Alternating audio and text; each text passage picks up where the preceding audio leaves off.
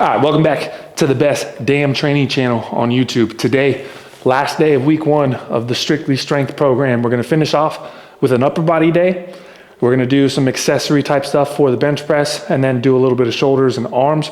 So not a whole lot of volume today, but all this is gonna be kind of assistance work to helping me build a bigger bench press. And just like I did on Wednesday, which would have been my first upper body day, I'm gonna do some med ball tosses before I get onto the bench. And I'm just choosing a couple variations that I didn't do on Wednesday, and I'll do those today. And I think probably every week I'm just gonna pick 2 to 3 different throws before my upper body days. Do 5, 6, 7, 8 reps on whatever it is that I'm doing. 2 sets at most on each variation. 5 reps, 6 reps, whatever you can do to feel powerful and feel like you're putting a lot of effort into each one of the throws. That's as many reps as you need to do. You don't need to get too specific on this. Just throw, have fun, get warm, and then move on to the bench press.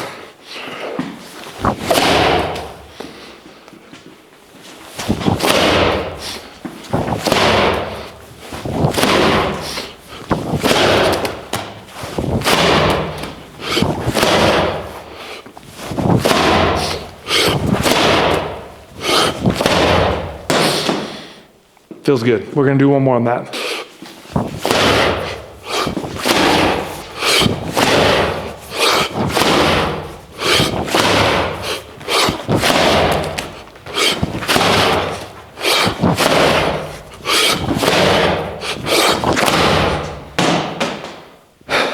All right, second variation is gonna be an overhead toss. Wednesday, what I did is kind of just stood there, loaded up, threw the ball. I'm gonna kind of step into it now and get a little bit more of like power generation into that throw. So I'll start probably about right here. I'm gonna start in this position here, load it up, and then throw through as hard as I can for 3 reps on each side.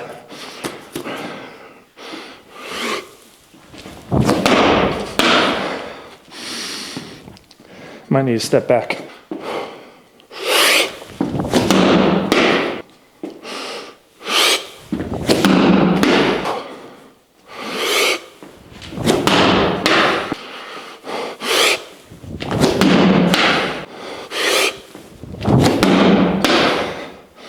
All right, 2 sets of that, and then we're gonna move on to feet up bench press for the first movement of today. All right, so first thing for today is going to be a feet up bench press. This is a bench press assistance exercise. Bringing the feet up is gonna force you to be pressing through your arms and not using sort of a leg drive to assist with that. So if you see a lot of powerlifting meets, you'll see that these guys really get an arch into their back. They get their feet flat onto the ground. And then as they're pushing, they're actually pushing themselves essentially up the bench, trying to drive with their legs as hard as they can to assist with that press. So bringing the feet up takes the leg drive out of it and really forces you to be disciplined pressing through with your arms and your shoulders and your chest. So feet up bench press, feet on the bench or feet up in the air, it doesn't really matter, just as long as the feet aren't assisting at all. If you do have a tendency to put your feet on the bench and still kind of push yourself as you go, then you could go feet up, do like a Larson press or whatever it might be. But I'm just gonna put my feet on the bench because I have a terrible leg drive as it is, and I don't usually use my legs at all as I'm doing a bench press.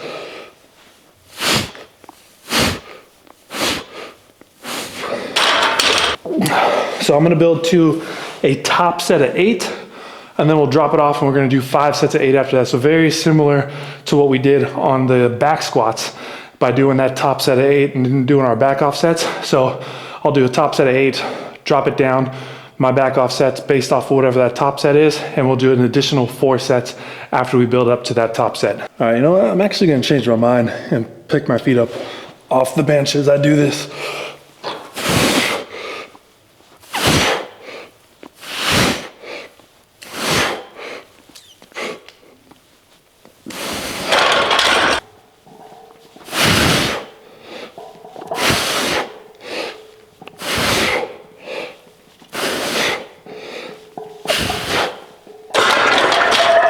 Couple warm-up sets of 5, and now I'm gonna start doing some 8s. I wanna be at a top set of around a 7 RPE or so. So I'll do a couple sets of 8 as I'm building there. see where I'm at. I'm thinking probably about 115, 120 might be a good top set.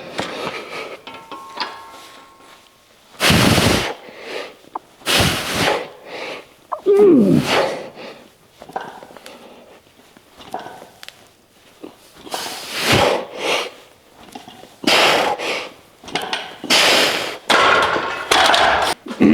All right, 110 felt pretty easy. I was thinking about going to 115, but I just decided, let's just jump to 120 because I feel like 120 is going to be a good top set. That should give me my RPE 7-ish that I'm looking for.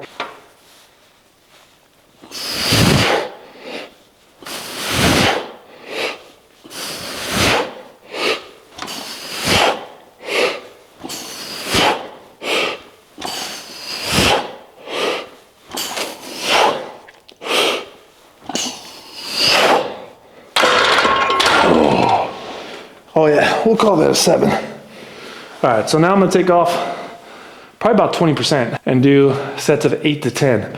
I got 4 sets on that. So very similar to the back squat progression that we did on Tuesday this week. Top set, drop it off, get some volume in, and then pray for the best that the soreness doesn't overtake you for the next 48 to 72 hours. And again, I apologize for yesterday's video. I was being an absolute bitch when it comes to how sore my legs were, but it is what it is. First back off set here, 8 to 10 good reps here.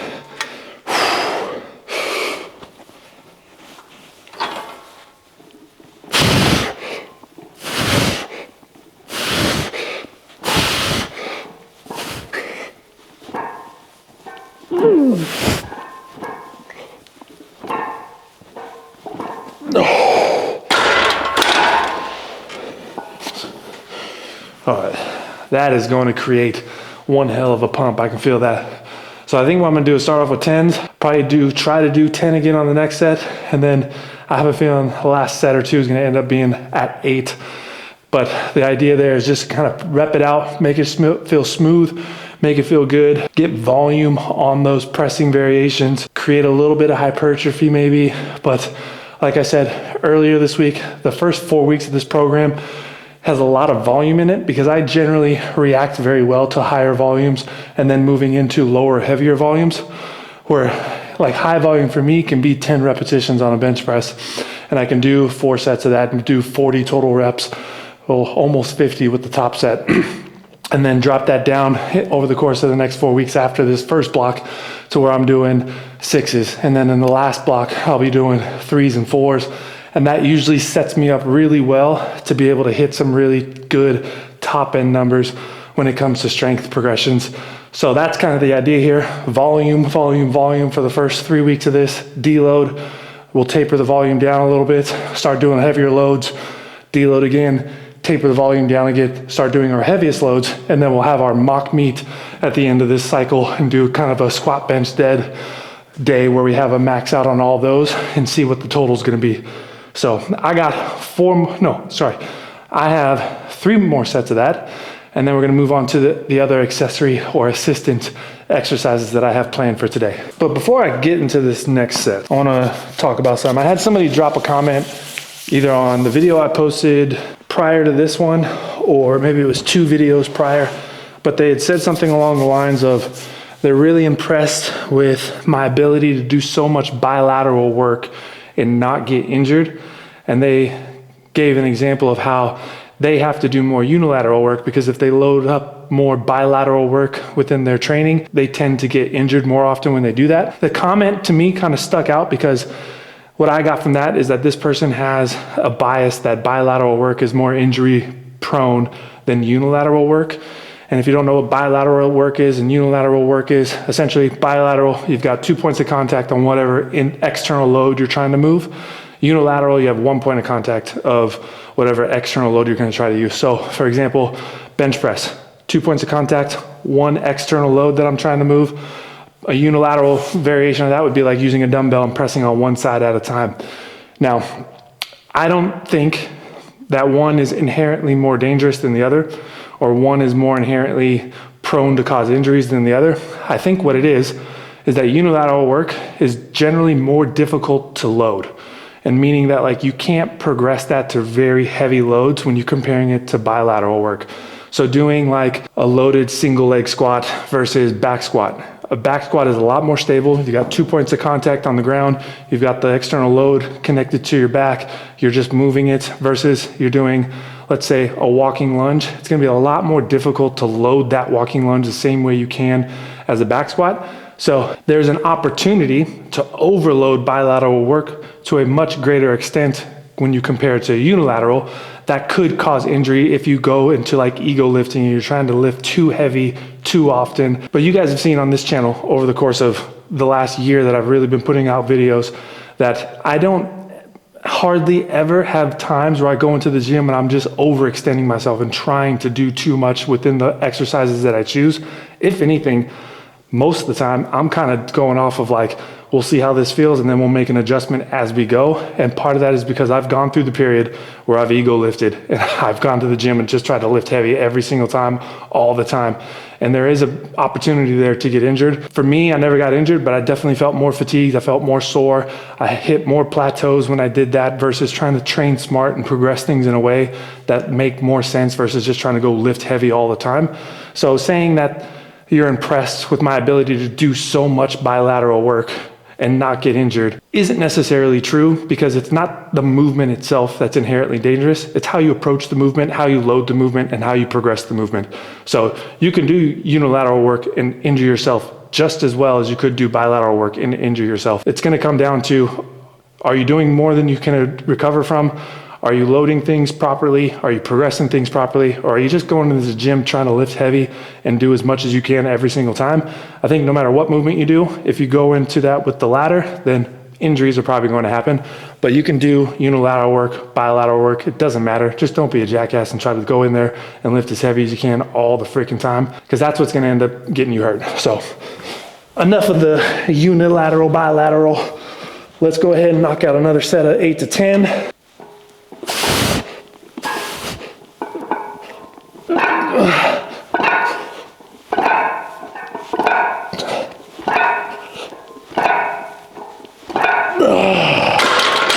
Two more sets of that, but what you guys are going to see next is the next part of today's workout, which is going to be some chin ups and kind of a Cuban press snatch variation that I wanted to do today. All right, so the first thing I'm going to be doing for like my accessory type stuff is I'm going to be doing some chin ups. So supinated grip, just kind of repping it out, 3 to 4 reps in reserve. And then I'm going to be doing a Cuban press muscle snatch type variation. So a normal Cuban press, let's say you're using dumbbells, or you can also do it with a barbell. But what you do is you pull the elbows up first, you rotate around that position, and then you press up and you come back down in the same manner that you go up. Now I call this kind of a Cuban press slash muscle snatch variation because I'm going to use a barbell today. I'm not going to be using my snatch grip. I'm going to be using a much closer grip, because what I'm looking for is when I bring my elbows up, I want my hands and my elbows to be somewhere where I'm going to create a 90-degree angle here. And then when I'm getting to this position here, rather than doing like a normal Cuban press where you rotate around and you press up, this is where I'm going to be keeping more of a muscle snatch type technique, where I'm going to try to keep that bar as close as possible. I'm going to let the elbows kind of travel back, and then rather than the kind of like rotating and pressing, I'm thinking about pulling that bar all the way up and then locking it out overhead. Great movement that I love to do for my shoulders, especially when I'm going to be doing a lot of snatches, which over the course of the next 12 weeks, I will be doing snatches at least once a week. So you look at it from a side profile, a Cuban press, elbows go up, you rotate around, press over to the top, and then you come back down in that same motion. I might need to take this hat off and go backwards.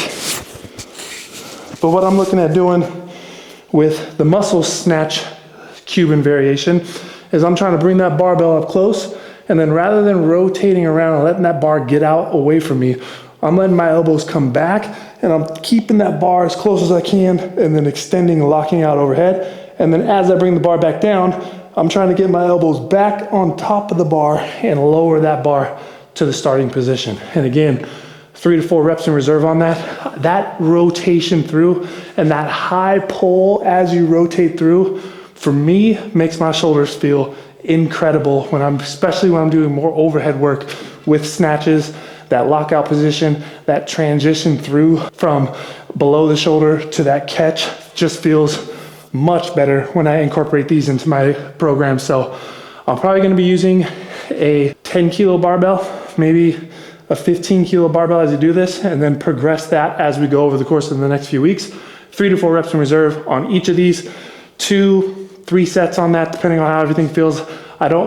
This rotation of the shoulder is really gonna burn me out, so I know I got at least 2 good sets in me, but I might have a third. We'll see as we go. 3 to 4 reps in reserve, supinated grip. Grip should be somewhere pretty close to shoulder width apart, not too wide. You can go a little bit closer, probably might be a little bit more comfortable for a lot of people, but if you get too wide, that rotation in the wrist starts to kind of block the ability to kind of lock out at the bottom. So bringing yourself a little bit closer, a little bit better on these, but burn it out. What I'm gonna really focus on doing is just making sure I'm getting extension at the bottom. I don't care how many reps I get, I just wanna get through that full range of motion, feel good as I do it.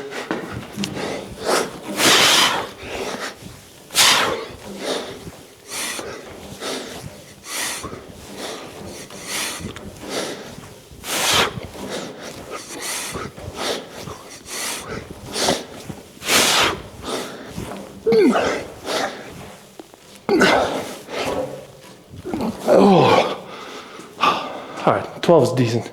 All right, I got myself a nice little 10 kilo barbell. Doesn't take a lot of weight for this thing to start burning. So 3 to 4 reps in reserve.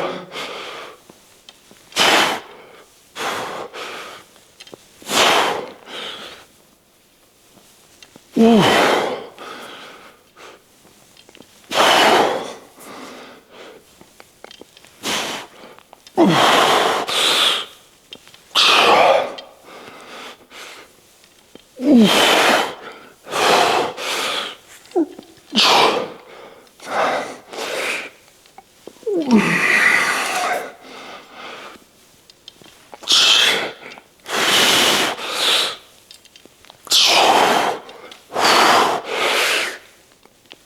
Oh, okay, that's about good right there. Oh, that will fry your shoulders. And the other thing is, it fries your traps. People think that traps are a lot about shrugging. Traps really, what they want to do is kind of decelerate the shoulders from coming down. So when you're in this position right here, the traps are what start to take over to kind of lower that bar down and get the shoulders back down away from the ear. So it fires up your traps a lot as well. So I'm gonna do at least one more set on that. But the next thing y'all are gonna see is the last complex on upper body movements that I have planned for today. All right, last thing is gonna be tris and bis. Overhead extension with the triceps, straight barbell curl with the biceps. The overhead variation I'm choosing is something that I got from Jordan Shallow. When I was back with him a couple years ago in Miami, we did a workout together. It was an upper body one. Him, Coach James Mack, had this overhead variation that they were doing that I really loved, and I've been using it a lot ever since. But you're using a cable pulley machine. You're gonna be using, I like to use kind of a straight handle. That way I can get a little bit more feel in the tricep with it. Handle is gonna start off behind your head. You're gonna get yourself kind of at an angle. So I'm not totally parallel to this stack. I'm kind of at like a 45-degree angle away from where the stack is pointed at. And what I'm thinking about doing is I'm trying to keep the elbow stationary, and I want to bring this hand around the elbow so I can use that tricep to extend through the elbow. So from this position here, what I'm trying to do is keep elbow stationary in this position, bring the hand around, and when I get up to this position here, I'm trying to pull that stack away from me and kind of point my finger as far as I can towards that opposite wall, and that's going to really feel that extension in the tricep. And then you're going to bring that back, same way, try to keep the elbow as stationary as possible, extend around, point through. The other thing, the setup on the cable height. When you're in your extended position, you want that arm angle and that cable to be very similar to each other. That way you're gonna get the most amount of tension onto the tricep. If this cable stack was higher, I would be going at this angle here. Curve of resistance is going to be a little bit different. So having that angle be similar to what your shoulder to elbow angle is gonna be is going to allow you to put the most tension on that tricep as you're doing that overhead extension. So I'm gonna be doing 2 sets on this, 3 to 4 reps in reserve on the triceps, and then just straight barbell curls and 3 to 4 reps in reserve. And then that's gonna be it for today's session. But before I get into it, I just wanna say a couple things. One, Y'all have been absolutely crushing the videos here on YouTube, and it's not going unnoticed. I appreciate you guys, the amount of comments that I'm getting, the amount of views that I'm getting, the likes, the people subscribing, everything is growing, and I see that, and I appreciate you guys. And I want to remind you, at 7,500 subscribers, I'm going to be giving away 4 pairs of training shoes for you guys from Strike Movement, so keep an eye out for that. The other thing, the Unit Combine program launched yesterday, sold almost 100 copies of that. Everyone that has purchased that, if you guys are here watching these videos, I appreciate the hell out of you guys for buying that. Like, I had an expectation that this was gonna do well. I didn't think I was gonna sell 100 copies in the first day. That blew my mind, and I really appreciate y'all for doing that for me as well. So it doesn't go unnoticed, and I got some big plans for you guys. I wanna give out more stuff. I wanna be able to give more value to you guys, and I got things lined up. 7,500 subscribers, we got shoes to give away. 10,000 subscribers, I got another giveaway already lined up. And then 15,000 subscribers, I'm working on that. It's about to get inked in where that deal's gonna be done and give you guys another opportunity to get some free stuff, but we gotta hit 7,500 first. So if you're here and you like what you see, make sure to subscribe. Best damn training channel on YouTube. So I'm gonna load up this a little bit. We're gonna knock out some arms, and then we're gonna call it a day. So hope you guys enjoy the rest of the video. Here's the best thing about this variation too, is you don't really need to load it up a whole lot to get a good feel of what you got going on.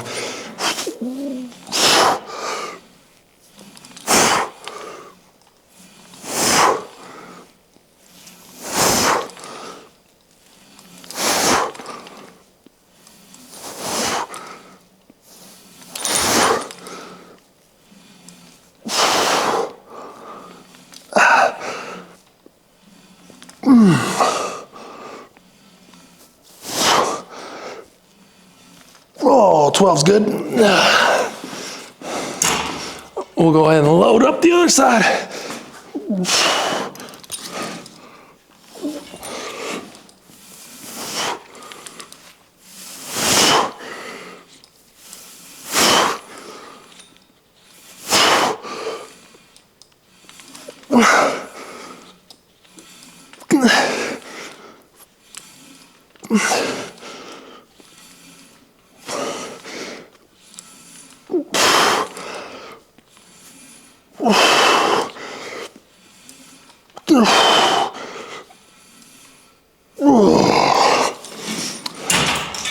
Oh, definitely feel it a little bit more on the left side than I do the right. All right, straight barbell, need some weight.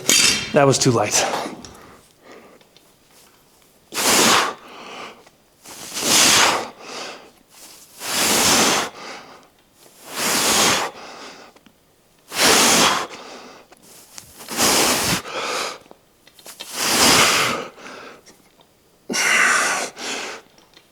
Mm.